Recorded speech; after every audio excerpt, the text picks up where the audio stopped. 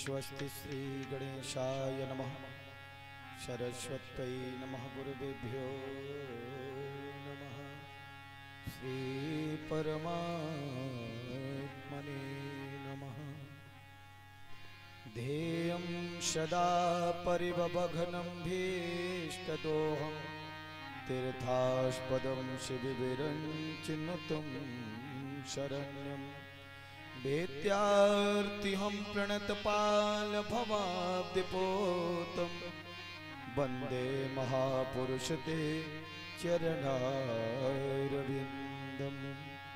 बर्हापीडं नटवरवपुः कर्णयो कर्णिकारं बिभ्रद्वासः कनककपिशं वैजयन्तीं च मालां।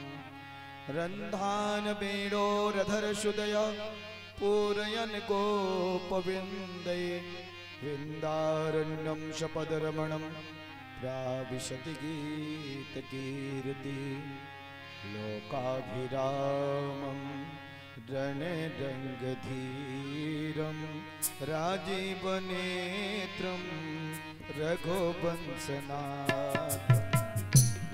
लोकाभिरामं रणरङ्गधीरं राजीवनेत्रं रघुवंशजातं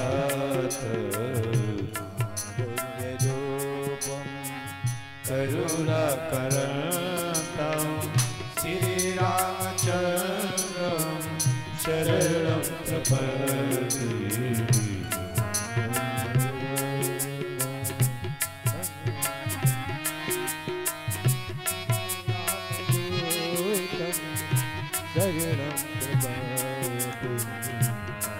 पूर्णगौरं करुणावतारं कर्पूरगौरं करुणावतारं संसारसारं संसारसारं भुजगेन्द्रहारं सदा वसन्तं हृदयारविन्दे सदा वसन्तं हृदयारविन्दे। भवानी सहितं नमामि भवानी सहितं नमामि। नमो जगन्नाथं जितेन्द्रियं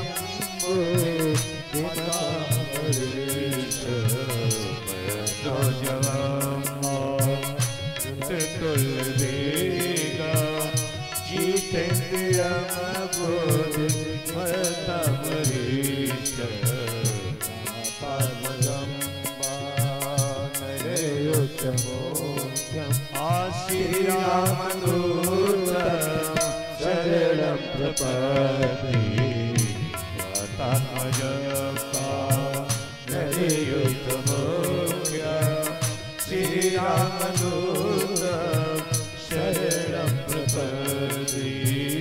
श्रीरामदूतं शरणं प्रपद्ये। श्रीरामदूतं शरणं प्रपद्ये। श्रीरामदूतं शरणं प्रपद्ये। राममय सब जग जानी करहु प्रणाम। जुग जुग पानी या देवी सर्वभूतेषु विद्यारूपेण संस्थिता नमस्तस्यै नमस्तस्यै नमस्तस्यै नमो नमः।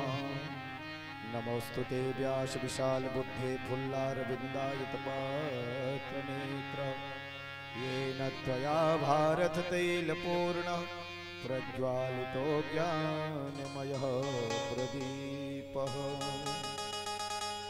वन्दं गुरुपदकञ्ज कृपा सिन्धु नररूप हरि महामोहतम पुञ्ज जासु बचन रवि करण कर।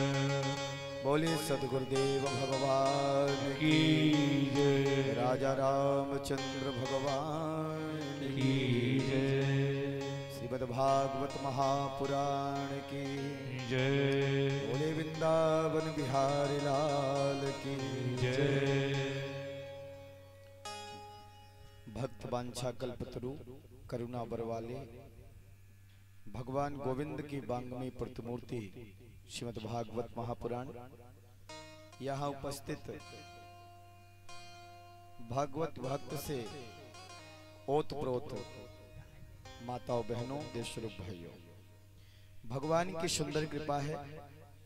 और देखिए आज हम लोग 7वें दिवस में श्रीमद् भागवत सप्ताह ज्ञान में भागीदारी कर रहे हैं। आज की कथा सुनने से संपूर्ण दिनों की कथा सुनने का फल मिलता है।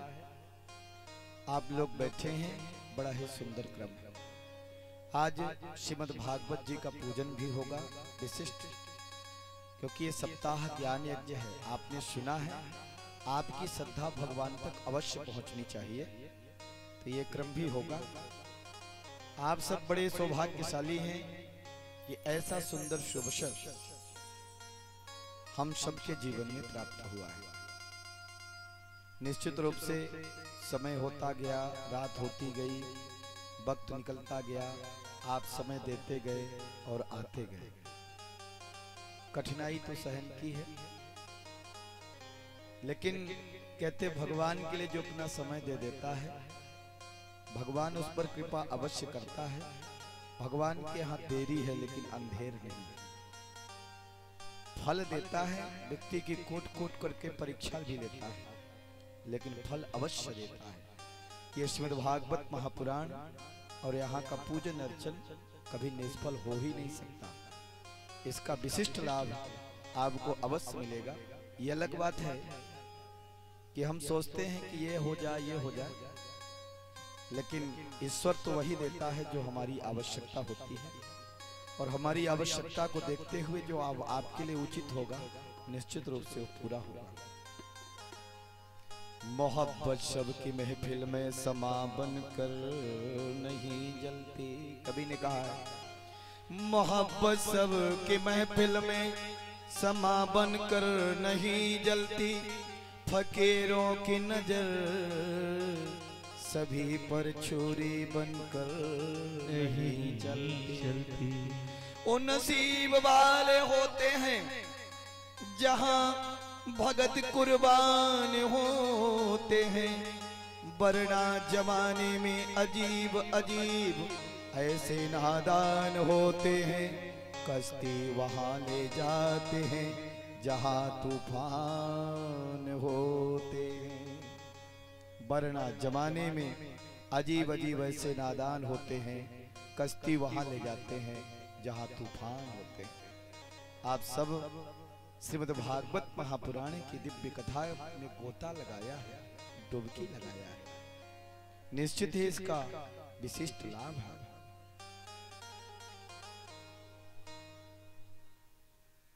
आइए प्रभु से प्रार्थना करें, गोविंद को अपने हृदय में धारण करें।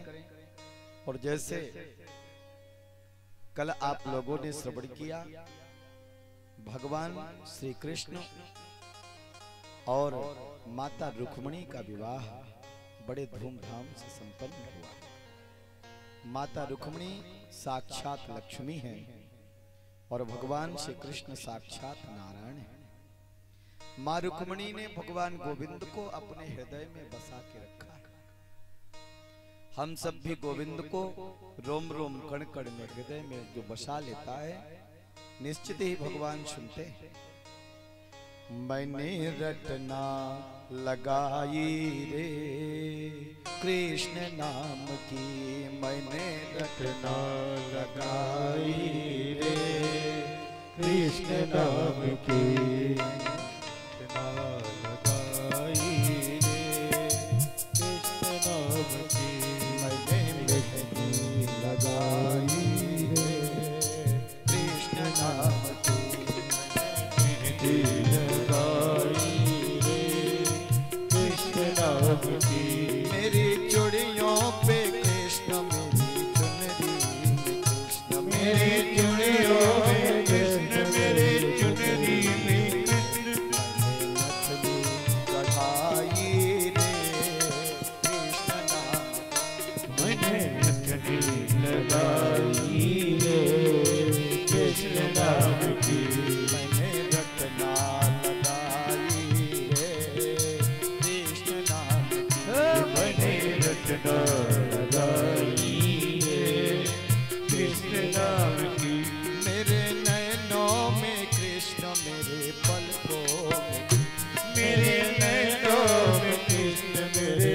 पलकों में कृष्ण, मेरे नैनों में कृष्ण, मेरे पलकों में कृष्ण, मेरे नैनों में कृष्ण, मेरे पलकों में कृष्ण। मैंने विद्या सजाई रे कृष्ण नाम की, मैंने विद्या सजाई रे कृष्ण नाम की, मैंने रत्ना लगाई रे कृष्ण नाम की, मैंने रटना लगाई रे कृष्ण नाम की।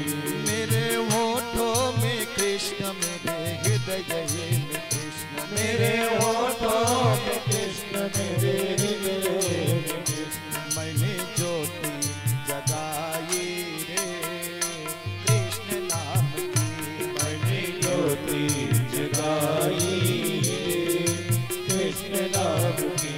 मेरे अंग अंग में कृष्ण, मेरे तन मन में कृष्ण, मेरे अंग अंग में कृष्ण, मेरे तन मन में कृष्ण। मैंने लाली लगाई रे कृष्ण नाम की, मैंने लाली लगाई रे कृष्ण नाम की। मेरा प्रीतम है कृष्ण, मेरा जीवन है कृष्ण, मेरा प्रीतम है कृष्ण, मेरा जीवन है कृष्ण। मेरा प्रीतम है कृष्ण, मेरा जीवन है कृष्ण, मेरा प्रीतम है कृष्ण, मेरा जीवन है कृष्ण। मैंने माला बनाई रे कृष्ण नाम की, मैंने माला बनाई रे कृष्ण नाम की। मैंने नथनी गढ़ाई रे कृष्ण नाम की, मैंने नथनी गढ़ाई रे कृष्ण नाम की।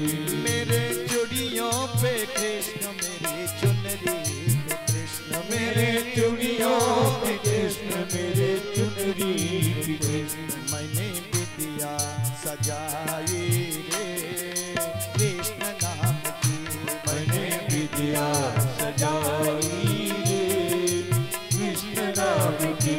मैंने रत्ना लगाई रे कृष्ण नाम की, मैंने रटना लगाई रे कृष्ण नाम की। श्री कृष्ण गोविंद हरे मुरारी, हरे श्री कृष्ण गोविंद हरे मुरारी। हे नाथ नारायण वासुदेवा, हे नाथ नारायण वासुदेवा। श्री कृष्ण गोविंद हरे मुरारी, श्री कृष्ण गोविंद हरे मुरारी। हे नाथ नारायण वासुदेवा, हे नाथ नारायण वासुदेवा। मैंने रटना लगाई रे कृष्ण नाम की, मैंने रटना लगाई रे कृष्ण नाम की। मैंने मेहंदी लगाई रे कृष्ण नाम की, मैंने मेहंदी लगाई रे कृष्ण नाम की। राधे कृष्णा कृष्णा कृष्णा राधे राधे, राधे कृष्णा कृष्णा कृष्णा राधे राधे। राधे कृष्ण कृष्ण कृष्ण राधे राधे, राधे कृष्ण कृष्ण कृष्ण राधे राधे। राधे कृष्ण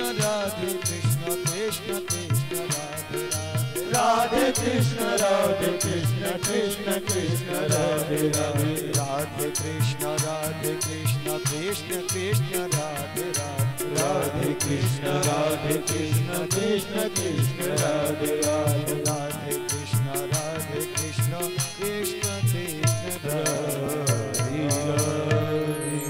बोले रास बिहारी भगवान की जय। माता रुक्मणी के यहाँ लाला का जन्म हुआ। सुभद्रा ने कहा लाला के यहाँ लाला भव है, मतलब लाला हुआ है। और देखो नाम रखा प्रद्युम्न। भगवान के जितने मित्र नहीं हैं, शत्रु भी कम नहीं है।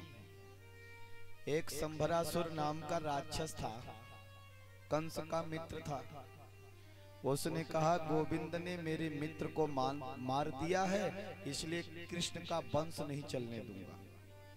और देखो 6 दिन के बालक को ही हरण करके ले गया। लेकिन आपसे कहें, जिसको बचाने वाला मेरा मुरलीधर हो, भला उसको कौन मार सके। जाको राखे साइया मार सके न बाल जो का कर सके जो जग बरी हो। संबरासुर मारने का प्रयास किया, ले जाकर के जा रहा था अंतरिक्ष से विमान पे चढ़ा के, समुद्र पार कर रहा था। जैसे कहा कि ये तो कृष्ण का पुत्र है, कृष्ण का मैं वंश नहीं चलने दूंगा, तलवार निकाला, मार दूं तो नारद जी प्रकट हो गए। बोले शिवन नारायण भगवान की। नारद जी ने कहा भगवान ये क्या कर रहे हैं, महाराज क्या कर रहे हैं। संबरासुर ने कहा कृष्ण मेरे शत्रु हैं, अब मैं कृष्ण का वंश नहीं चलने दूंगा, ये कृष्ण का बेटा है, अब मैं इसको मार दूंगा।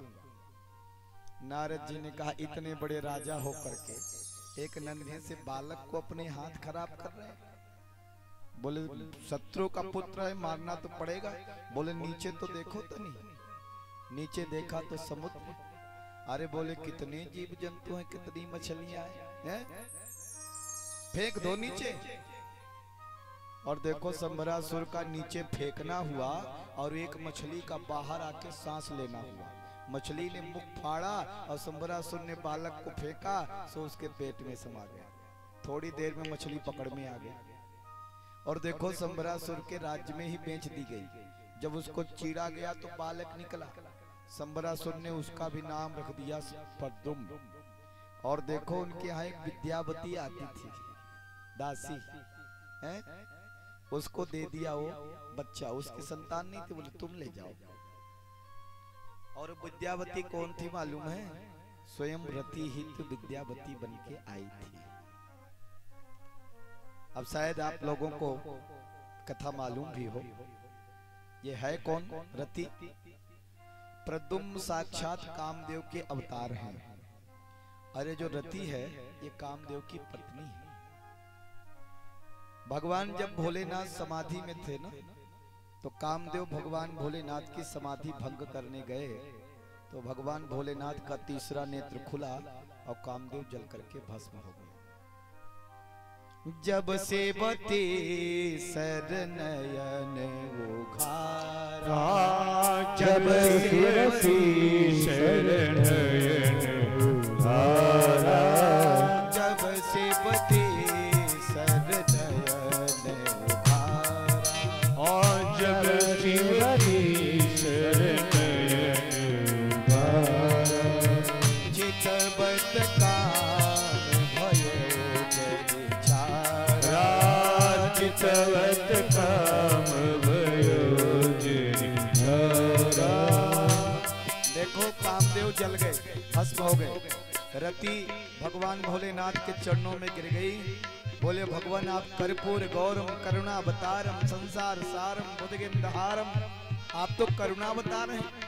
अब आपने मेरे पति को जला दिया, मेरे पति कैसे मिलेंगे। आखिरकार ये तो देवताओं का काम ही करने आए थे। भगवान भोलेनाथ ने कहा तुम्हारे पति मिलेंगे। बोले कब, तो जब जदुवंश कृष्ण अवतारा, जब जदुवंश कृष्ण अवतारा, जब जदुवंश कृष्ण अवतारा, जब जदुवंश कृष्ण अवतारा, होए हैं हरण आम ही भारा, हुई हरण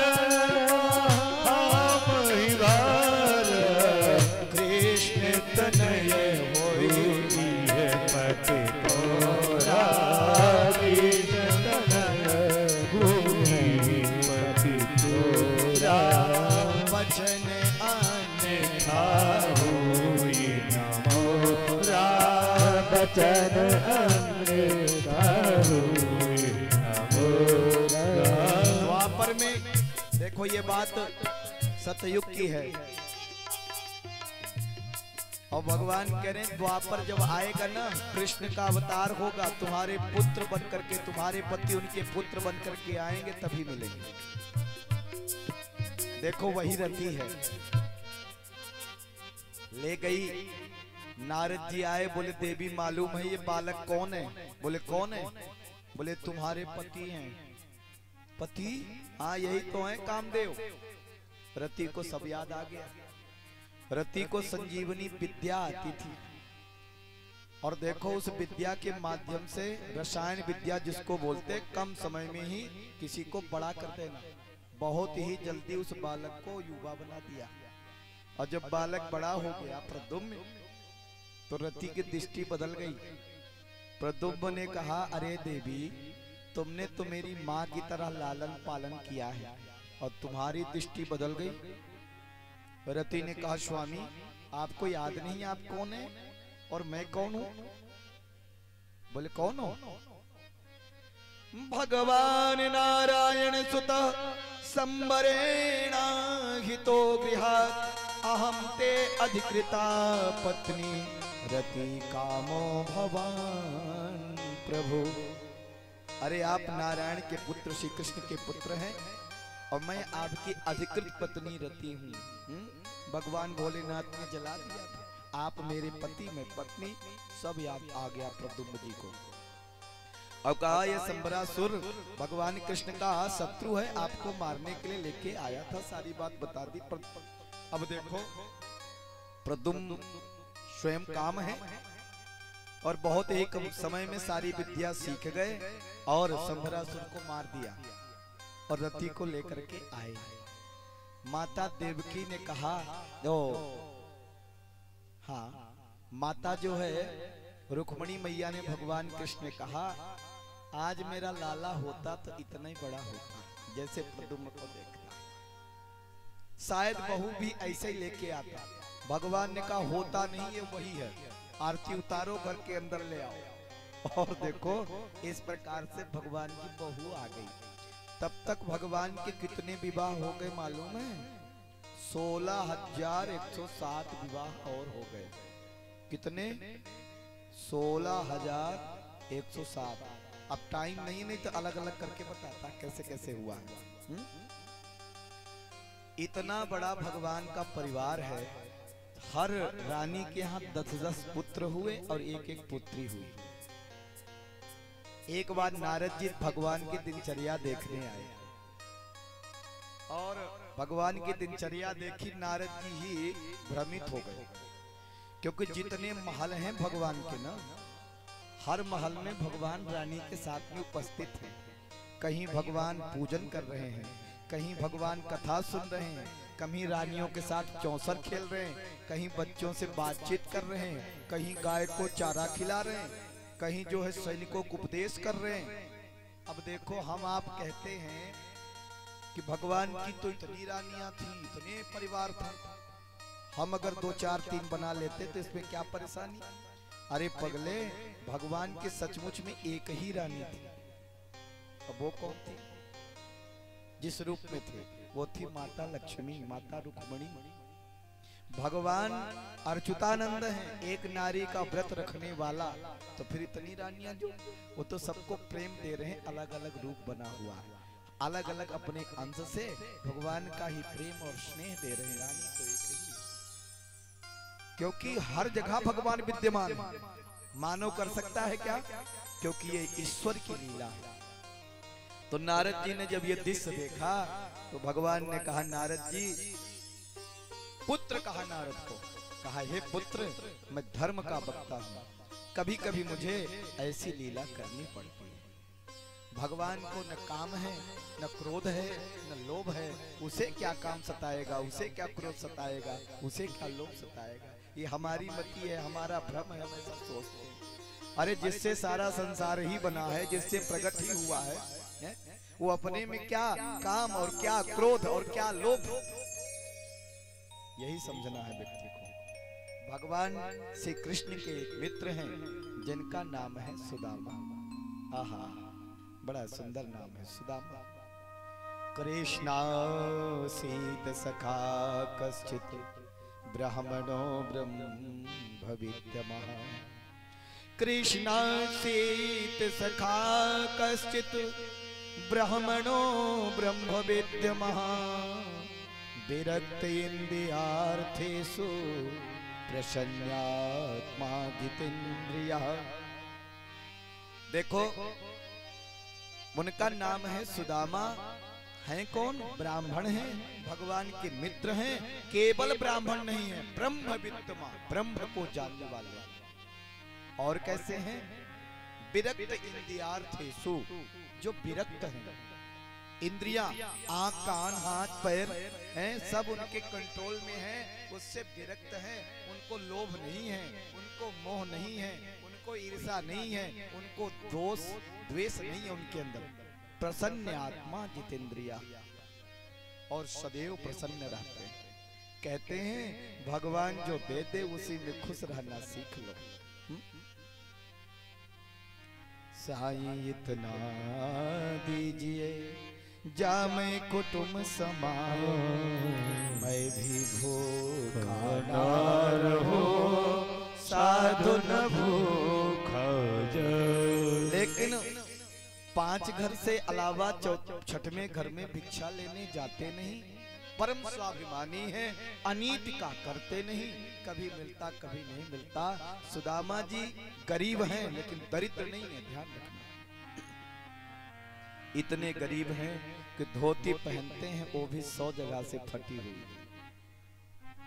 मकान सुदामा जी का ऐसा है कि जब धूप होती तो सीधे उनके घर में प्रवेश कर जाती। दूसरे के घर का पानी उनके घर में बिना रोक टोक के चला जाता है। बड़ा कष्टमय जीवन है, लेकिन सुदामा जी उसमें भी प्रसन्न है। पत्नी का नाम है सुशीला।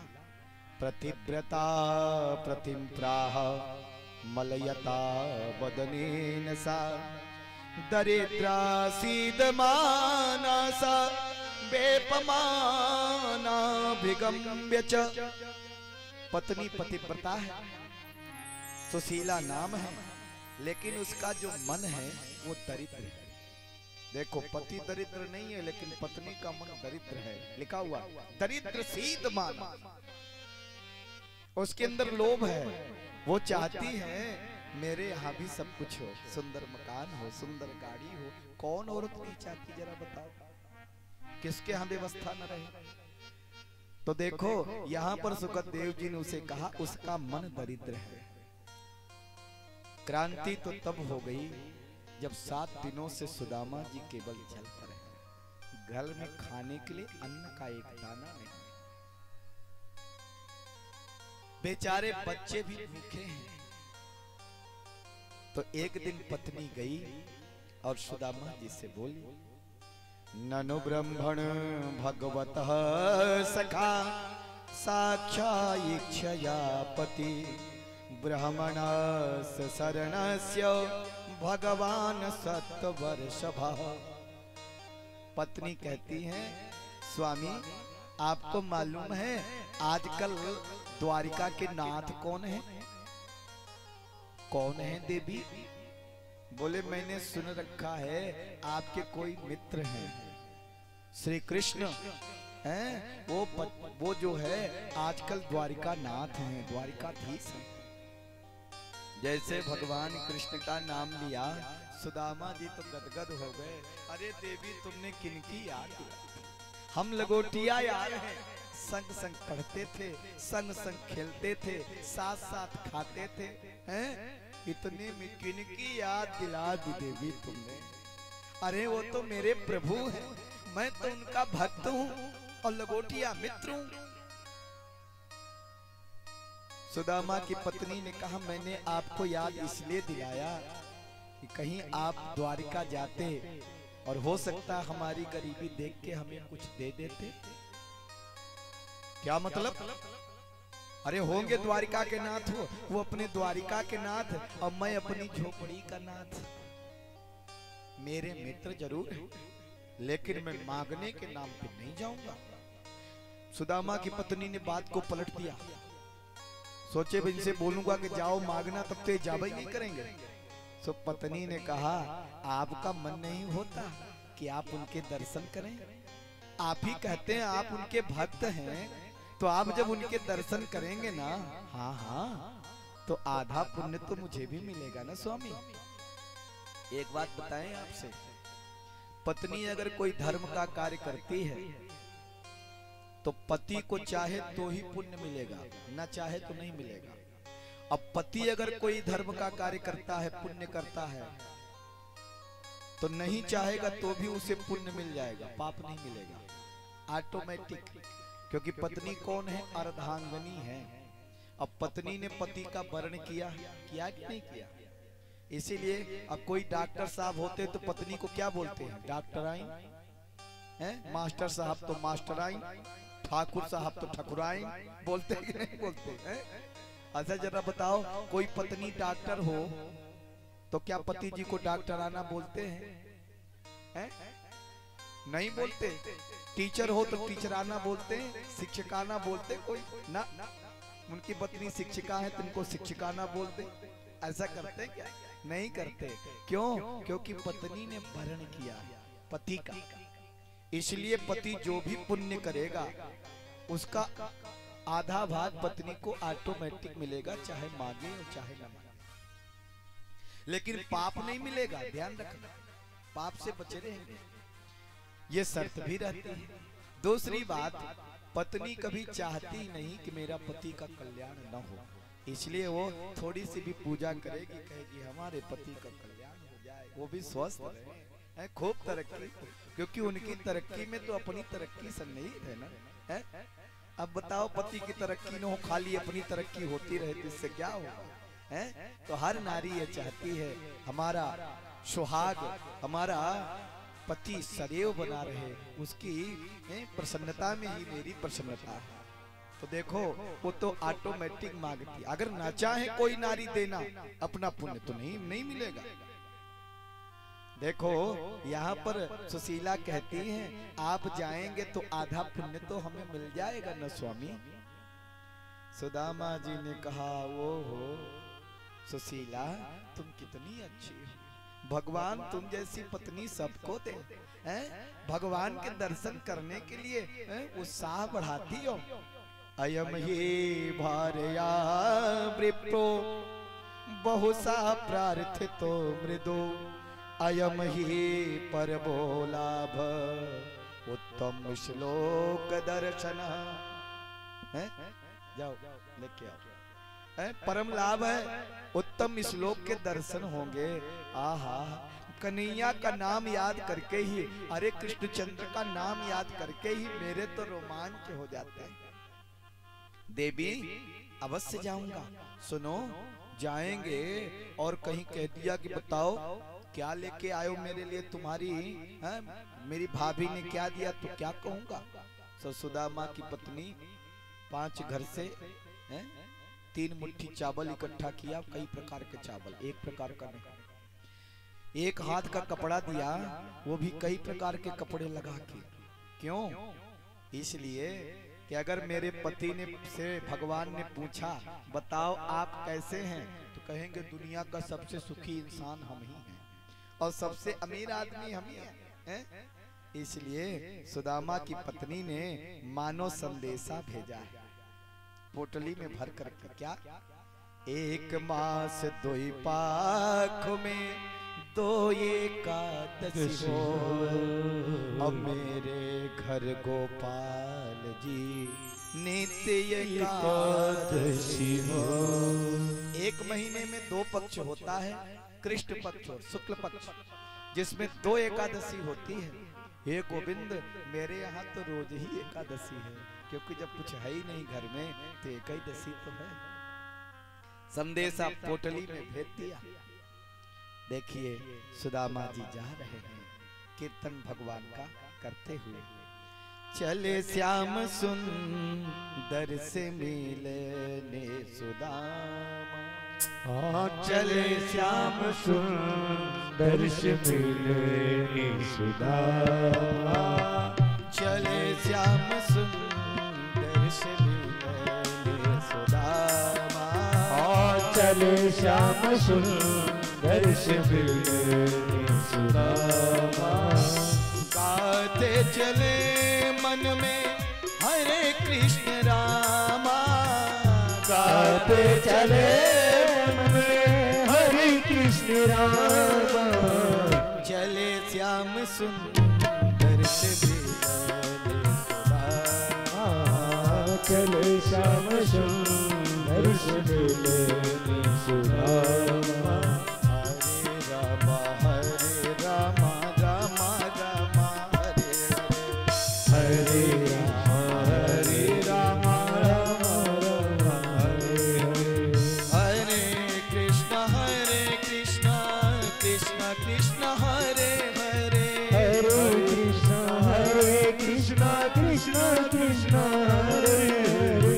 चले श्याम सुंदर से मिले सुदामा। चले श्याम सुंदर से मिले सुदामा। गाते चले मन में हरे कृष्ण रामा। गाते चले मन में हरे कृष्ण रामा। हरे कृष्ण कृष्ण कृष्ण हरे हरे। हरे कृष्ण कृष्ण कृष्ण देखो सुदामा जी जा रहे हैं, भगवान का कीर्तन कर रहे हैं, जा रहे हैं, कर रहे हैं। कुछ संत मिल गए, उनके साथ भी कीर्तन कर रहे हैं, आगे बढ़ रहे हैं। सुनिए, आगे बढ़ते बढ़ते रास्ता भूल गए, भटक गए। किसी ने पूछा भैया, सुदामा जी ने पूछा भैया द्वारिकापुरी किधर है? बोले आप तो भटक गए, ये जो नदी रास्ते में पड़ गई, ये जो नदी है ना, हाँ, बोले इसको पार करना पड़ेगा। अब सुदामा जी ने सोचा इतनी बड़ी नदी अब पार कैसे करें कि द्वारिका जाएं? कैसे पार करें, क्या करें? तो जैसे नदी की तरफ गए, स्वयं भगवान ही नाविक बन के आ गए, केवट बन के। रामावतार में एक केवट मिला था ना, याद है कि नहीं? बोले बांके बिहारी लाल की, जिसने राम जी को पार कराया। कभी कभी भगवान को भी भक्तों से काम पड़े, जाना था गंगा पार प्रभु केवट की नाव चढ़े। जाना था गंगा पार प्रभु केवट की नाव चढ़े। कभी कभी भगवान को भी, कभी कभी भगवान को भी भक्तों से काम पड़े, जाना था गंगा पार प्रभु केवट की नाव चढ़े। जाना था गंगा पार प्रभु केवट की नाव चढ़े।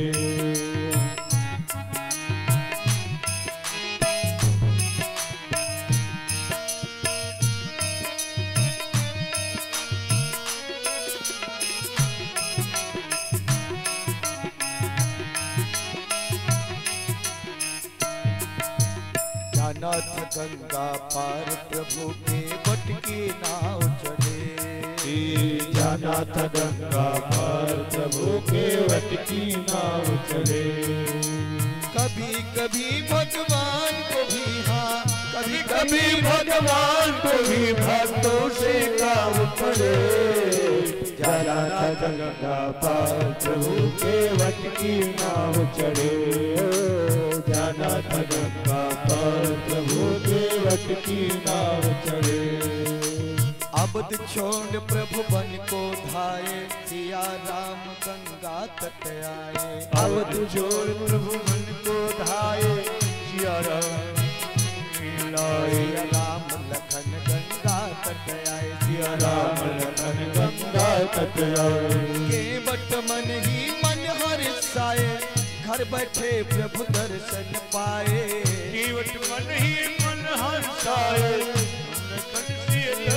दर्शन पाए, केवट मन ही मन हर्षाए, घर बैठे प्रभु दर्शन पाए। केवट मन ही मन हर्षाए, घर बैठे प्रभु दर्शन पाए। हाथ जोड़ कर प्रभु के आगे,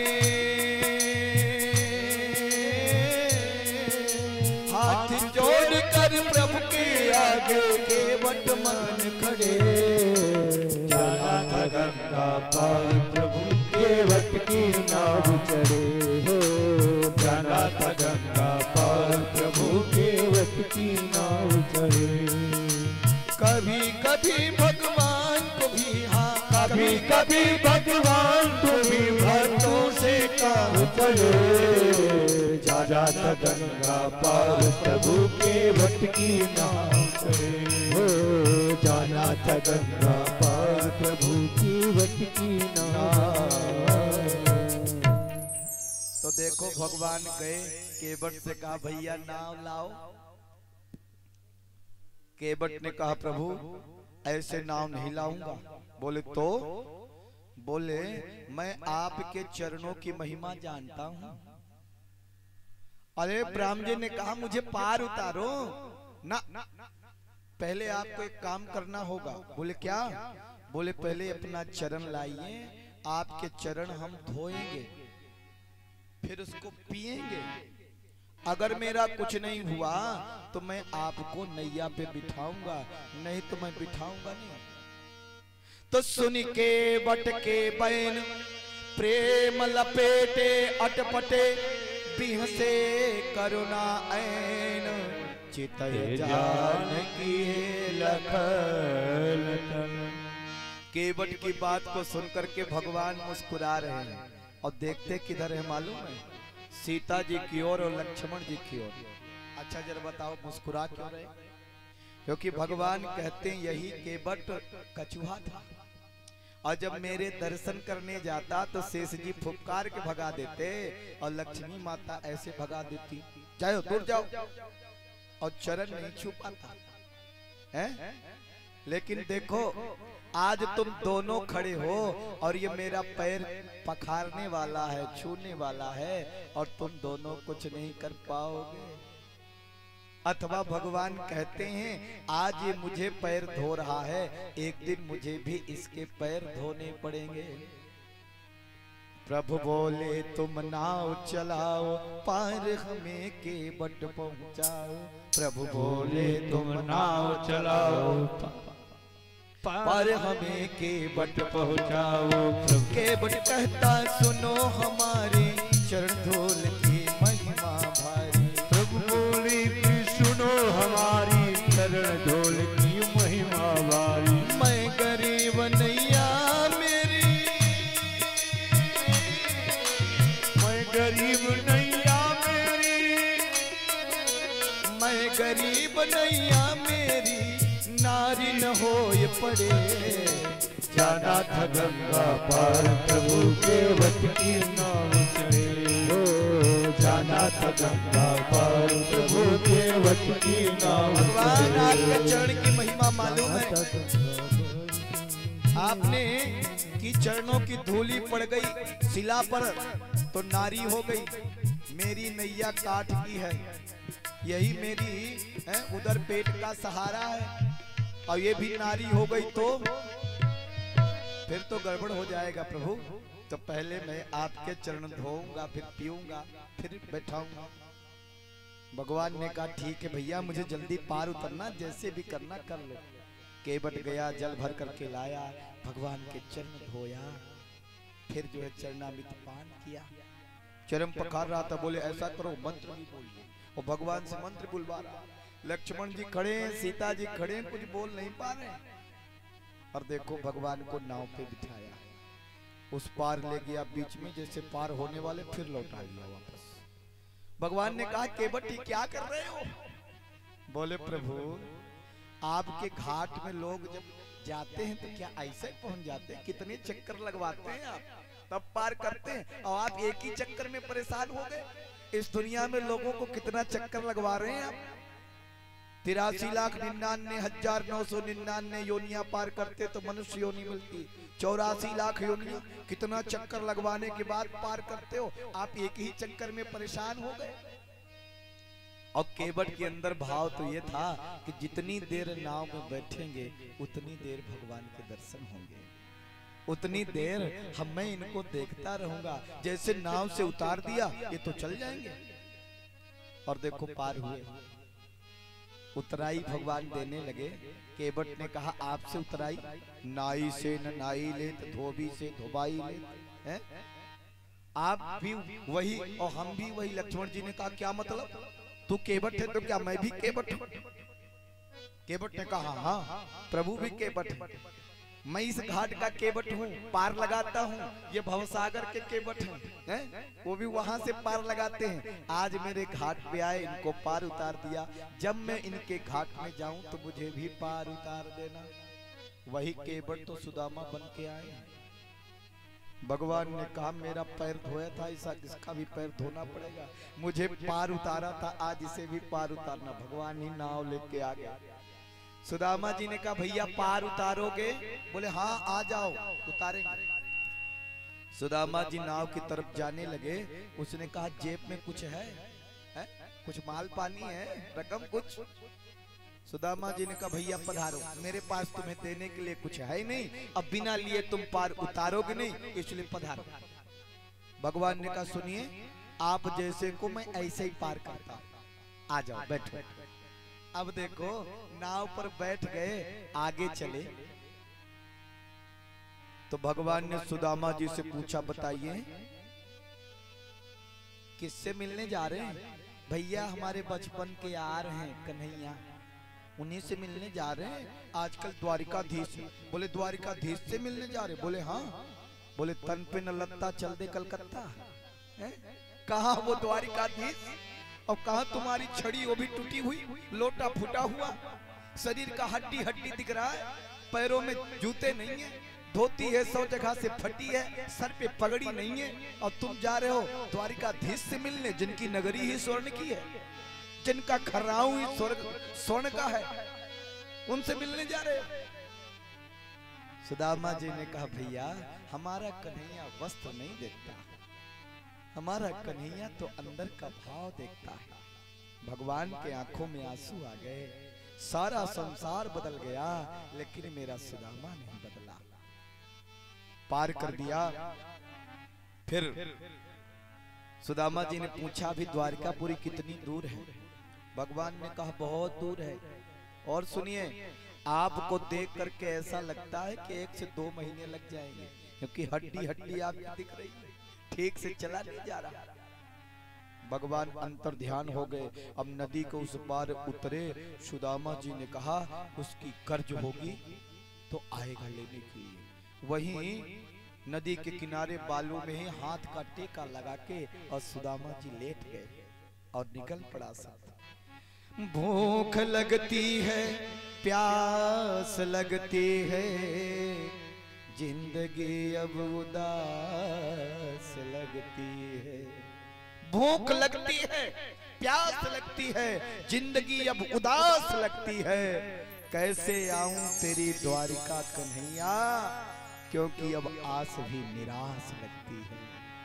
और टेका लगा के सुदामा जी वहीं लेट गए और मन में भाव, मुझ मेरे कन्हैया मुरली वाले, अब तो गले से लगा ले मुझे, लगा ले मुझे। मेरे कन्हैया मुरली वाले, अब तो गले से आके लगा ले। मेरी कन्हैया मुरली वाले, अब तो आके गले से लगा ले, गले से लगा ले, गले से लगा ले। मेरे कन्हैया मुरली वाले अब तो गले से लगा ले मुझे मेरे मुरलिया। मुरली वाले अब तो गले से लगा ले मुझे।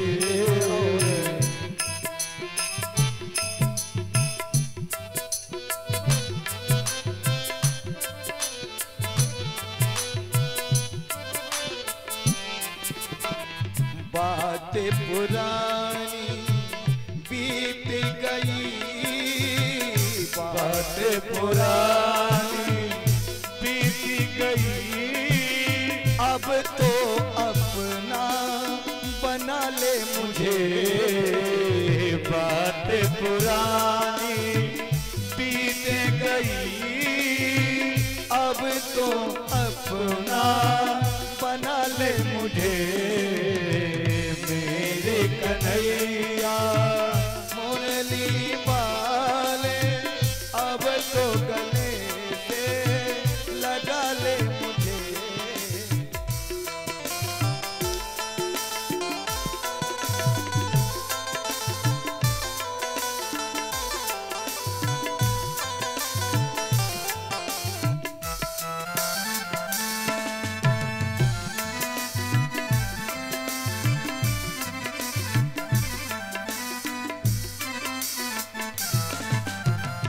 अब तो अपना मुझको बना ले, अपना दरस दिखा दे मुझे।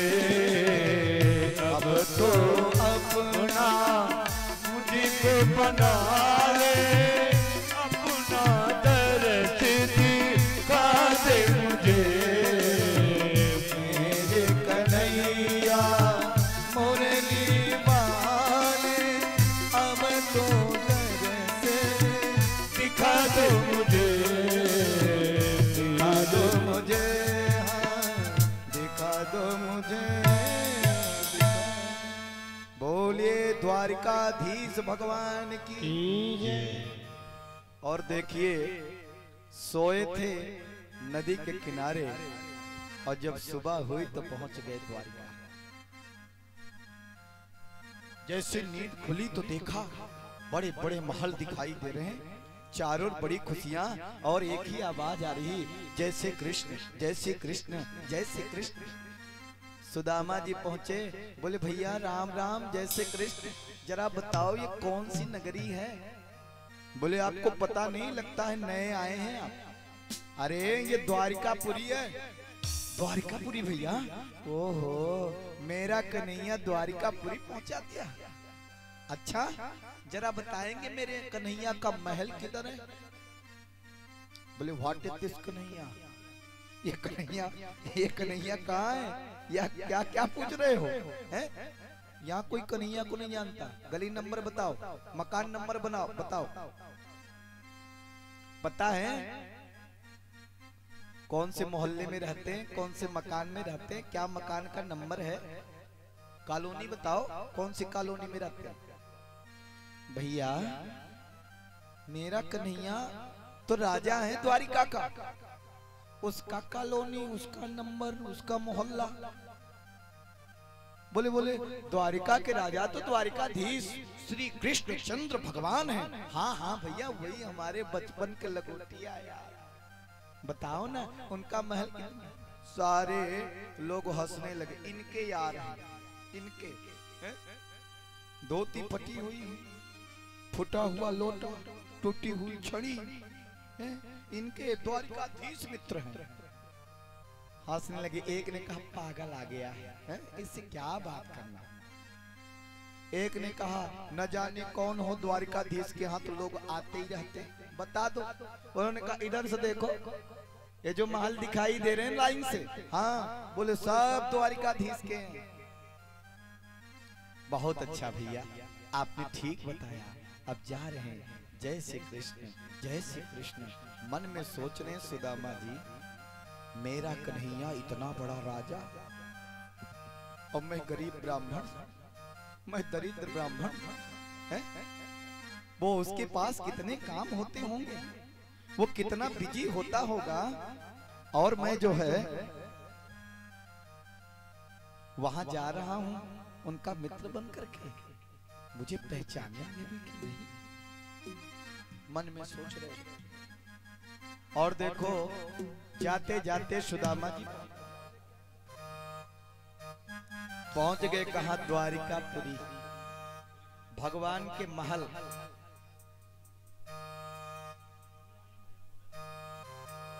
अब देखो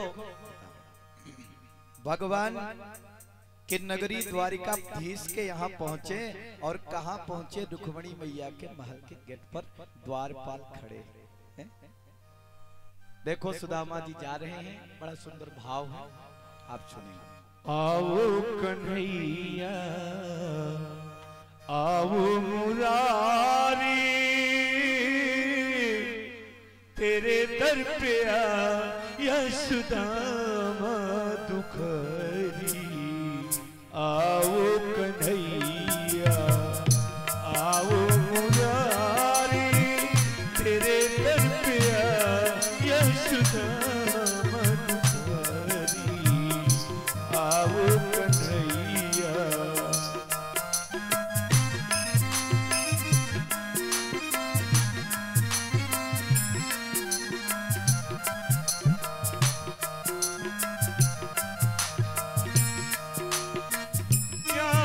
बताओ क्या मैं छुपाऊं, एक दुख नहीं जो मन में छिपाऊं।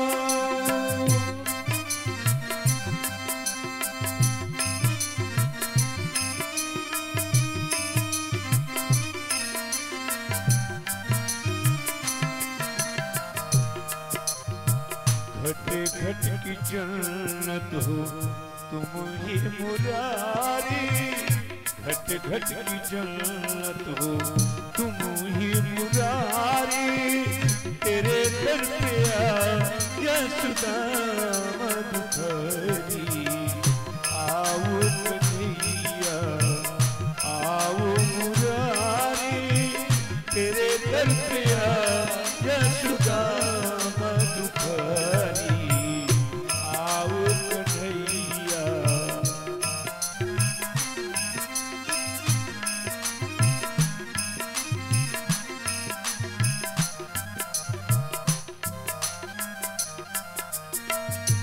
नैनों में आंसू,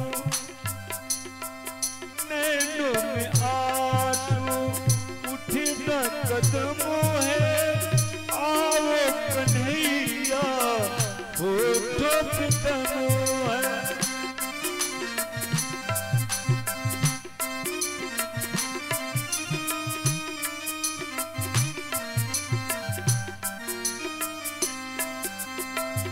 नैनों में आंसू उठे न कदमों है।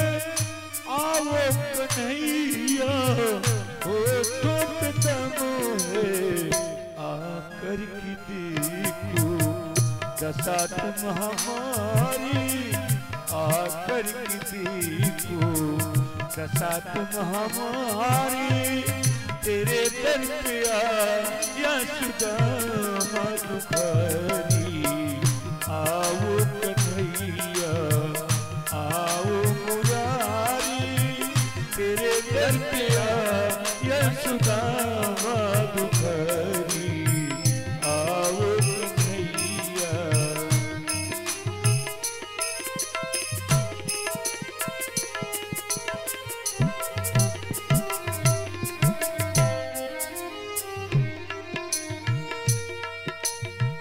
न कोई डगर है कोई न घर है। हटे हुए कपूरी है तुझे सब खबर है।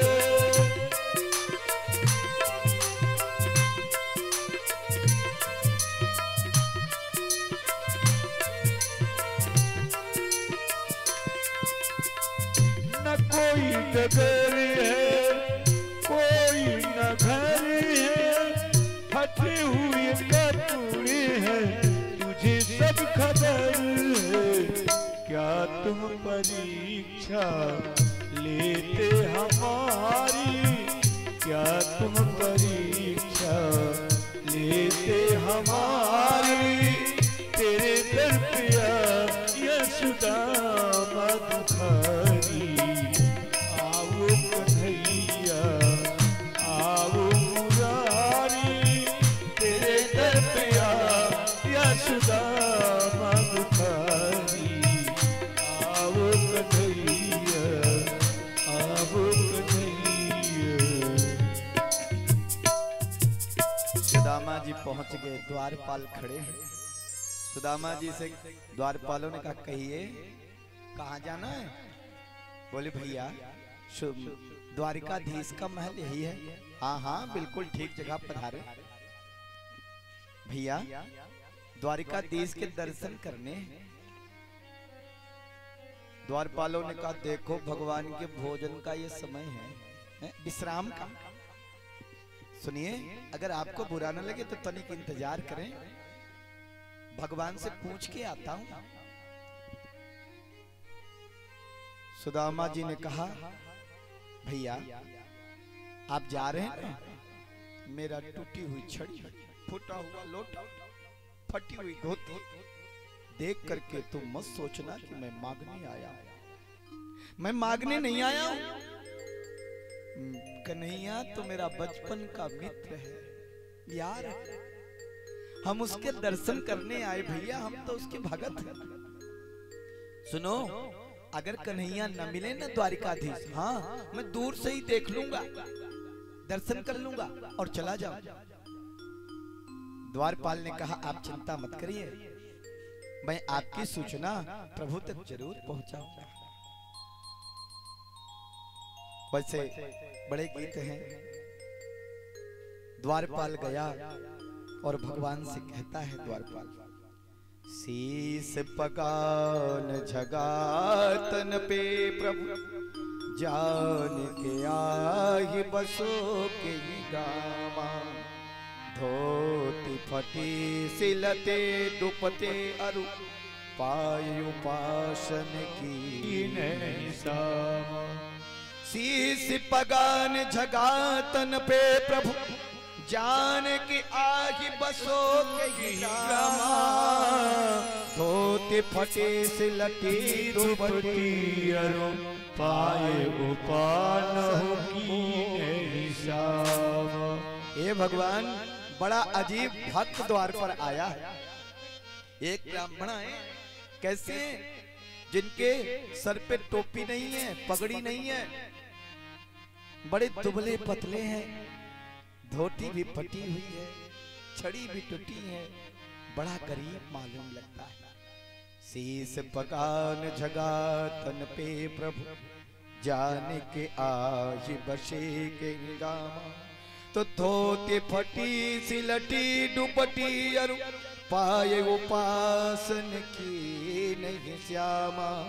तो द्वार खड़े दुज दुर्बल एक रहो बसिधा अभिरामा। पूछत दीन दयाल को नाम बतावत अपन नाम सुदा। हे भगवान बड़े दुबले हैं, बड़े पतले हैं, आपका नाम पूछते हुए द्वार पर आए हैं और देखो अपना नाम बता रहे हैं सुदामा। जल्दी से लेके आओ सुदामा।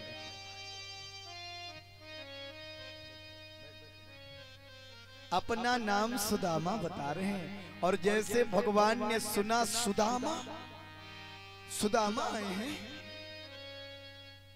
और सुदामा के तुमने गेट पे छोड़ दिया, मेरे बचपन के मित्र हैं। भगवान सिंहासन छोड़ करके दौड़ पड़े, एक गेट पार किया, 2 किया, 3 किया, 4 किए, 5 किए, 6, 7, 8, 9 गेट पार करने के बाद सुदामा को जा करके गले से लगा लिया।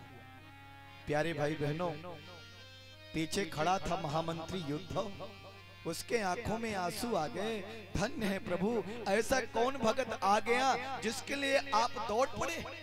यहाँ बड़े बड़े देवता को आते देखा, लेकिन ये दशा आपकी नहीं हुई। माता रुक्मणी को भी आश्चर्य हो गया। अरे द्वारपालो कन्हैया से कह दो कि मिलने सुदामा गरीबा गया है। अरे द्वारपालो कन्हैया से कह दो कि मिलने सुदामा गरीब गया है। कि मिलने सुदामा गरीब गया है। भटकते भटकते न जाने कहाँ से, भटकते भटकते न जाने कहाँ से तुम्हारे महल के करीब गया है। तुम्हारे महल के करीब गया है। न सिर पे है पगड़ी न तन पे है जामा, बता दो कन्हैया से नाम है सुदामा। न सिर पे है पगड़ी न तन पे है जामा, बता दो कन्हैया से नाम है सुदामा। बता दो कन्हैया से नाम है सुदामा। एक बार मोहन से जा करके कह दो, एक बार मोहन से जा करके कह दो कि मेरी सखावत नसीबा गया है। मेरी सखावत नसीबा गया है।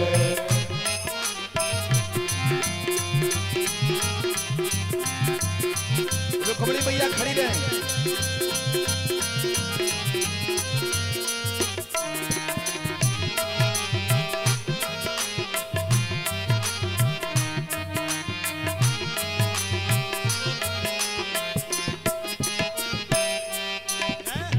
ये सुनते ही मोहन दौड़ चले आए, लगाया गले से सुदामा को मोहन। सुनते ही दौड़े चले आए मोहन, लगाया गले से सुदामा को मोहन। लगाया गले से सुदामा को मोहन। हुआ रुक्मणी को बड़ा ही अचंभा, हुआ रुक्मणी को बड़ा ही अचंभा। ये मेहमान कैसा अजीब आ गया है। ये मेहमान कैसा अजीब आ गया है।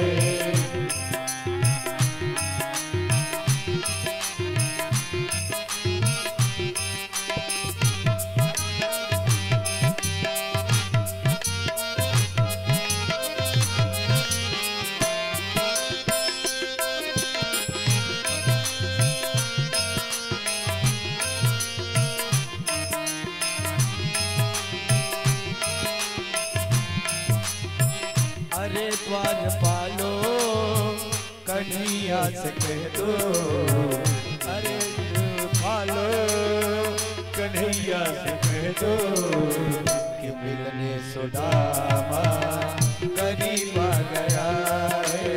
कि मिलने सुदामा करीब आ गया है।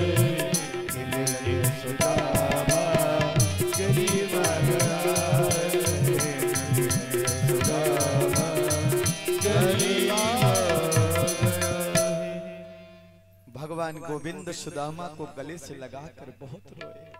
भगवान ने कहा, अरे मित्र, इतनी दिन लगा दी आने में, रोना तो सुदामा भी चाहते हैं, लेकिन सुदामा जी ने सोचा अगर मैं रोऊंगा तो लोग समझेंगे मांगने आया है, सो रो रहा है। सुदामा जी आंसुओं को पी गए। सोने के सिंहासन पर सुदामा जी को बिठाया, चरणों में स्वयं कन्हैया बैठ गए। रुक्मणी से कहा, जाओ जल लेके आओ। हजारों दासियां भगवान के इशारे के लिए खड़ी है, लेकिन भगवान ने दासी को नहीं कहा, स्वयं रुक्मणी को कहा। रुक्मणी मैया समझ गई ये कोई विशेष व्यक्ति है। सुदामा जी तो सिंहासन पर भी बैठ नहीं रहे। अरे भैया, हम सिंहासन पर नहीं बैठे, कहाँ बिठा? अरे बैठिए, आप बैठेंगे, आपके चरण पड़ेंगे और आपके चरण धोएंगे, और चरण धुलने से ये द्वारिकापुरी पावन हो जाएगी, पवित्र हो जाएगी। सुदामा जी बहुत सकुचा रहे हैं। भगवान सुदामा जी के पैरों को देख रहे हैं और उनके पैरों में हजारन कांटे लगे हुए हैं। जब तक माता रुक्मणी जल लेकर के आती, भगवान के आंखों से आंसू बह चले। ऐसे बिहाल बेबाइन सो पग कंटक जाल लगे भुज जोए। हाय महा दुख पायो सखा तुम, आये तैन किते दिन कोय। देखी सुदामा की दीन दशा, करुणा करके करुणा पानी परात को हाथ छुयो नहीं, नैनन के जल से पग धोए। देखी सुदामा की दीन दशा, करुणा करके करुणा पिरोए।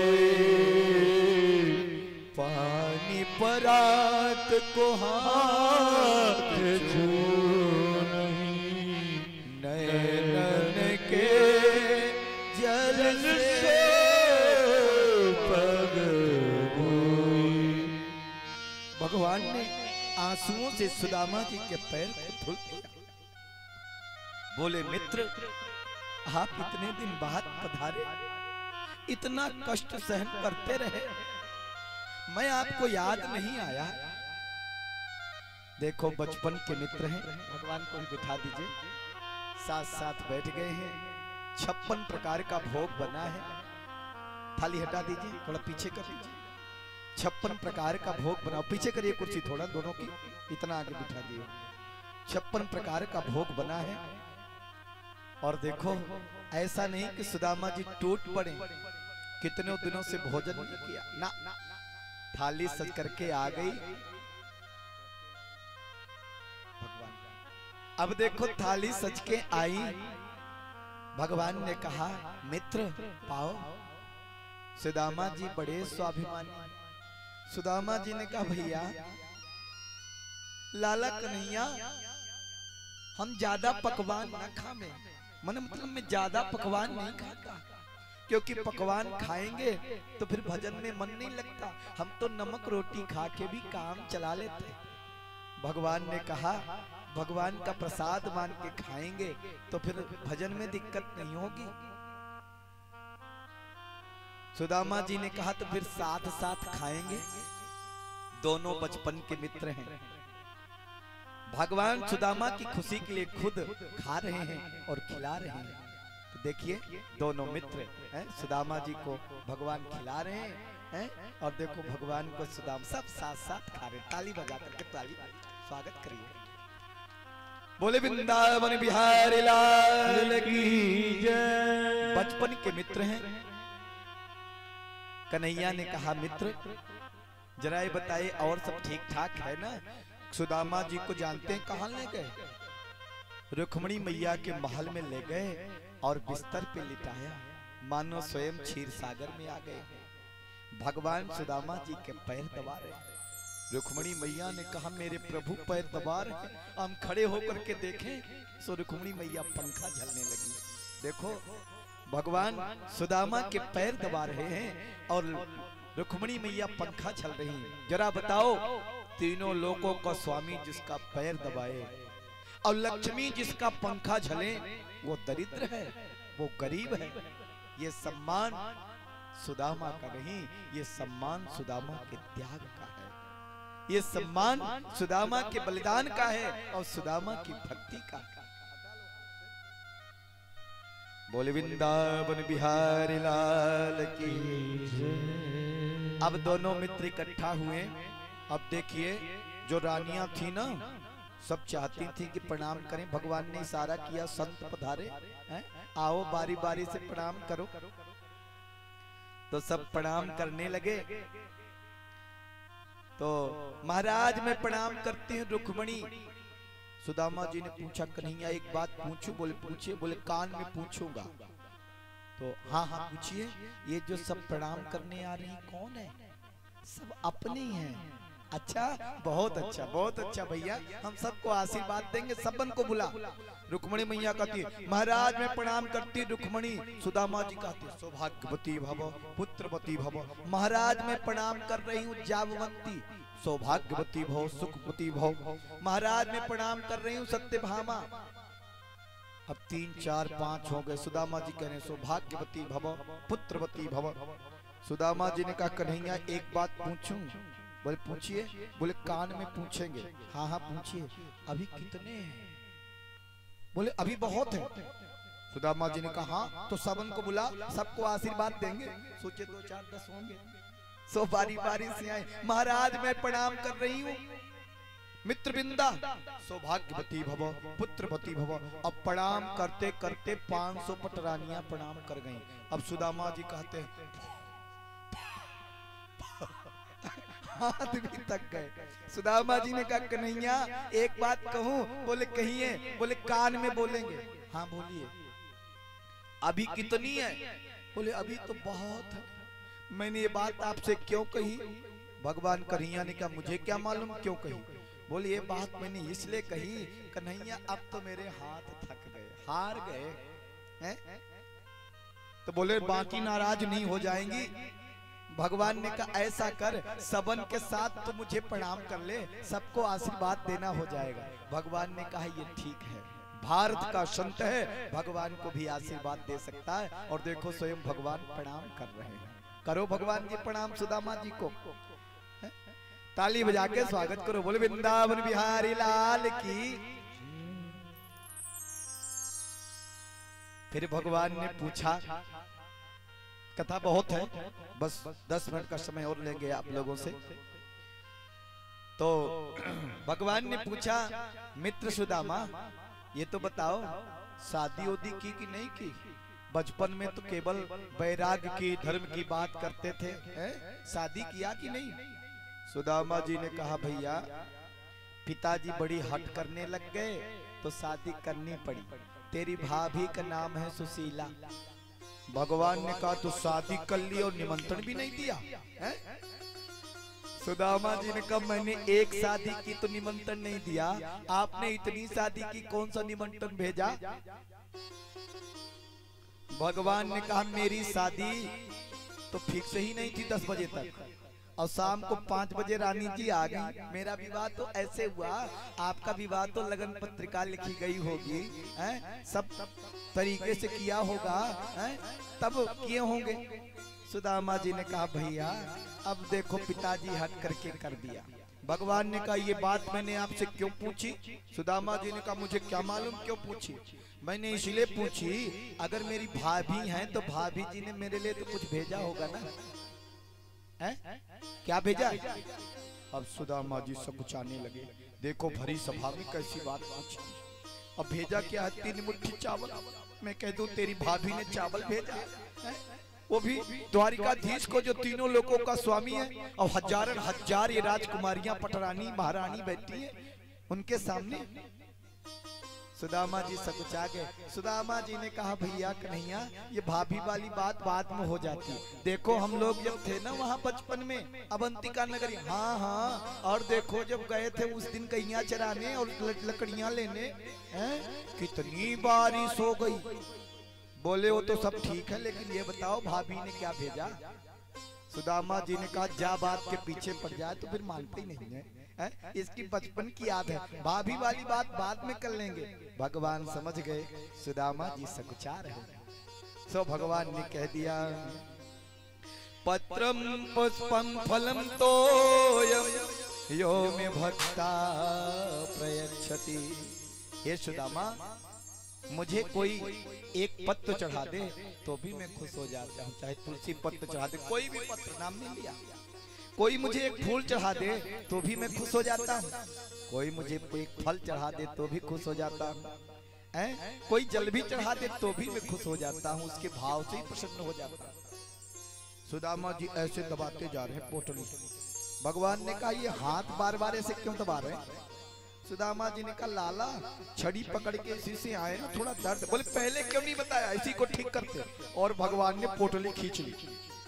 कन्हैया जी पोटली खींचो सुदामा जी की, पोटली भगवान ने खींच ली और देखा तो एक हाथ का कपड़ा भी साबुत नहीं है, 3 मुट्ठी चावल है वो भी एक प्रकार का नहीं है। भगवान के देख करके आंखों में आंसू आ गई और एक मुट्ठी चावल लिया। अब कहा इससे सारा संसार तृप्त हो जाए, अब मैं सुदामा को उस धरती का सुख प्रदान करता हूं। और सुशीला की बात याद भगवान को आ गई। 1 मास 2 पाख में 2 एकादशी हो, अब मेरे घर गोपाल जी नित्य एकादशी हो। भगवान ने भी संदेशा भेज दिया। तो हो नीति सो हो गई अब नो ऐसी हो, अब भाभी तेरे भवन में नित्य द्वादशी हो। होनी थोड़ी सी हो गई अब न ऐसी हो, अब भाभी तेरे महल में नित्य द्वादशी हो। अब तक जो हो गया। और देखो सुदामापुरी का भगवान ने निर्माण कर दिया। सुदामा जी भगवान से मांगे नहीं और भगवान ने जान के दिया नहीं, दिखावा करके, और महल तैयार करवा दिया। और मुट्ठी उठाई, भगवान खाने वाले थे कि रुक्मिणी मैया ने हाथ पकड़ लिया। बोले सब दे दोगे सुदामा जी को, कटोरा लेके घूमोगे क्या? अब ये तो बोल के नहीं बोला, लेकिन ऐसी बात करें। भगवान ने भी कह दिया सुनो, पंडित जी ही गए थे सब चिट्ठी लेकर के, तभी तुम पटरानी बनी हो। तो रुक्मिणी ने भी कह दिया पंडित जी थे, छाती पर लात मारा था मृगुरथी, भूल गए? इतनी बात चली रही थी, सुदामा जी ने कहा लाला क्यों चावल खा रहा कच्चा, पेट खराब हो जाएंगे। जा बात तू मानता नहीं है। बोले आप कहते तो मान लेता हूँ। एक भाव ये भी है, जितनी पटरानियां हैं वो सब चाहती हैं कि हमें भी तो विप्र का प्रसाद मिले, हमें भी तो संत के प्रसादी मिलनी चाहिए ना। सब प्रभु ही खा जाएंगे अकेले के। इसलिए भी देखो सुदामा जी एक रात से ज्यादा द्वारिका में नहीं रुके, और सुबह जब जाने लगे तो भगवान ने रोका भी नहीं सुदामा जी को। सुदामा जी मन में सोचते जा रहे हैं। आइए ये सुदामा जी और कृष्ण की झांकी जाए। आप सबको आज 5 मिनट का अवसर देते हैं पूजन करने का, तो आकर के बारी बारी से पूजन करें। वैसे सुदामा कृष्ण के चरणों में चावल चढ़ाया जाता है, भेंट द्वारिका में जाते हैं, और उसके स्वरूप जो आपकी श्रद्धा हो यहाँ अर्पित कर सकते हैं। तो तब तक आप सुंदर भजन सुनेंगे और बारी बारी से पूजन करेंगे।